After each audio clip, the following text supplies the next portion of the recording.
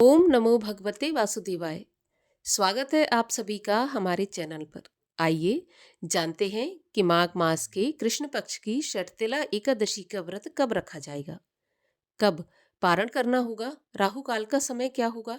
सभी के बारे में आज के इस वीडियो में हम जानने वाले हैं, तो वीडियो को अंत तक अवश्य देखिए। और अगर जानकारी आपको पसंद आए, आपके लिए उपयोगी हो, तो औरों को भी शेयर करिए। साथ ही साथ चैनल को सब्सक्राइब करके बेल आइकन पर क्लिक कर लीजिए। तो चलिए शुरू करते हैं आज का वीडियो। माघ मास के कृष्ण पक्ष की एकादशी का नाम है शर्तिला एकादशी। इस दिन 6 प्रकार से तिलों का उपयोग किया जाता है, इसीलिए इसका नाम शर्तिला एकादशी रखा गया। शट अर्थात 6 और तिला अर्थात तिल।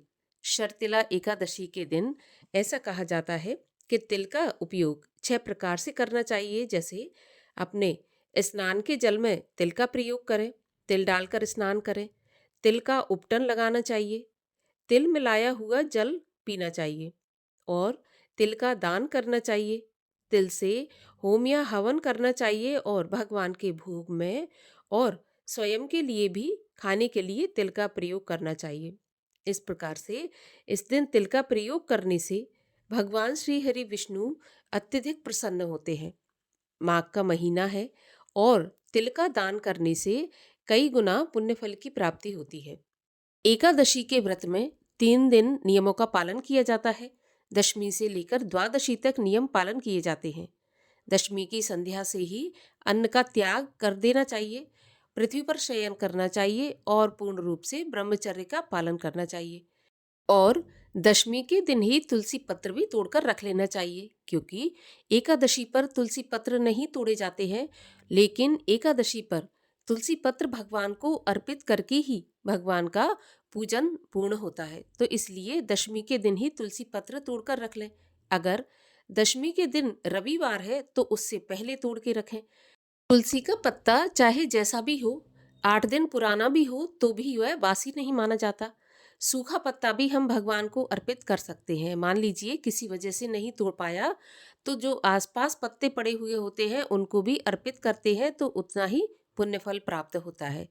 एकादशी के दिन व्रती को चाहिए कि सुबह ब्रह्म मुहूर्त में उठने के बाद नित्य कर्मों से निवृत्त हो जाए और उसके बाद सूर्योदय होने पर भगवान सूर्य को जल अर्पित करें और हाथ में पुष्प और जल लेकर व्रत का संकल्प करें। संकल्प करते समय भगवान से प्रार्थना करें कि हे प्रभु, आज मैं इस एकादशी का व्रत रखने जा रही हूँ या रखने जा रहा हूँ। आप कृपा करके मेरे व्रत को पूर्ण करें और मेरी गलतियों को क्षमा करके मेरा व्रत स्वीकार करें।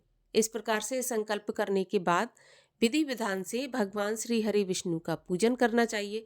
सारा दिन मन में ओम नमो भगवते वासुदेवाय या हरे कृष्ण मंत्र का जाप करते हुए व्रत रखना चाहिए।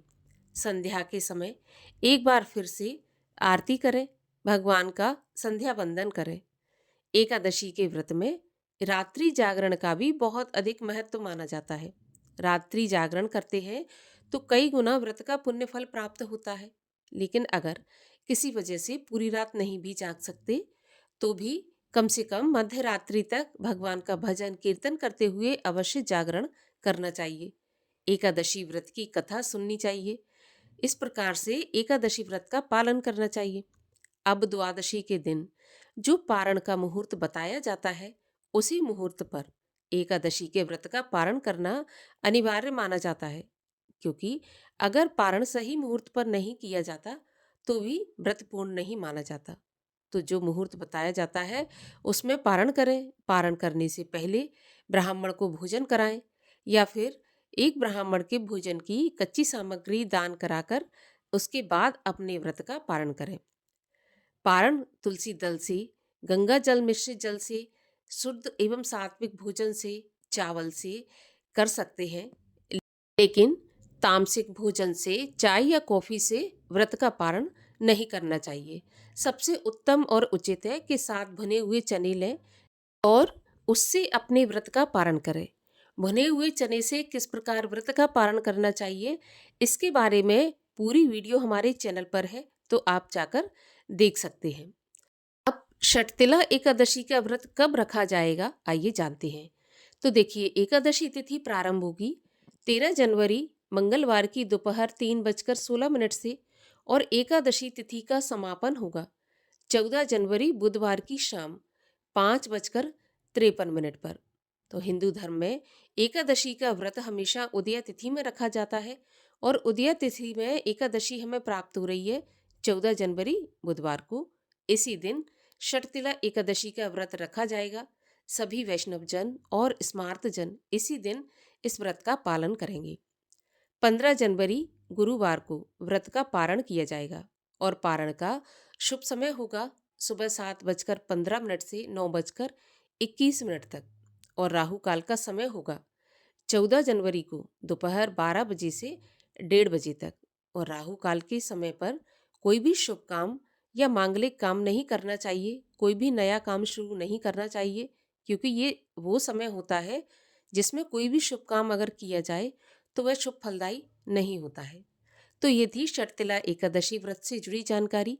पसंद आए तो वीडियो को लाइक करके शेयर करिए और चैनल को सब्सक्राइब कर लीजिए। मिलते हैं अगले वीडियो में, तब तक के लिए हरे कृष्ण।